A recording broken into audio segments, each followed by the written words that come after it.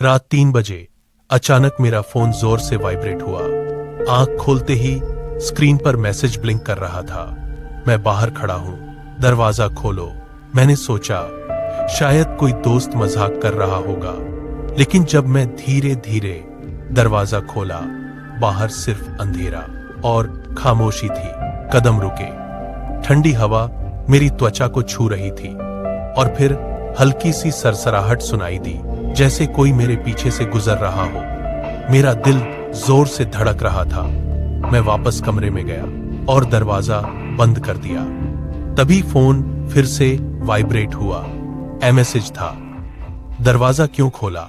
मैं अभी भी तेरे पीछे खड़ा हूं। मैंने धीरे से पीछे मुड़कर देखा। कमरे में सिर्फ मैं ही था।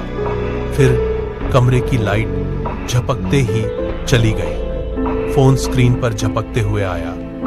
तुम मुझे देख नहीं सकते, पर मैं तुम्हें देख रहा हूं। तभी एक हल्की सी फुटस्टेप की आवाज सुनाई दी, जैसे कोई मेरे बिल्कुल पीछे हो। मैंने धीरे से पीछे मुड़ के देखा। कमरे में सिर्फ अंधेरा और शैडो थी। तभी विंडो से हल्की सी चेहरे की शैडो ब्लिंक कर गई, जैसे कोई मुझे देख रहा हो और मुस्कुरा रहा हो। मैंने धीरे से पीछे मुड़कर देखा। कमरे में सिर्फ अंधेरा और छाया थी। तभी खिड़की के कोने में एक हल्की सी चेहरे की छाया हिलती हुई दिखाई दी, जैसे कोई मुझे चुपचाप देख रहा हो और मुस्कुरा रहा हो। फोन की स्क्रीन पर संदेश आया, अब तुम मेरी दुनिया में हो और यह घर अब तुम्हारा नहीं, मेरा है। मैंने जोर से भागकर दरवाजा खोला, लेकिन जैसे ही बाहर निकला, पूरा घर हल्की सी हवा में हिल रहा था, जैसे अदृश्य हाथ मुझे रोक रहे हों। फिर फोन पर एक और संदेश आया, तुम सोच रहे हो सुरक्षित हो, पर अब तुम ही कहानी का हिस्सा हो।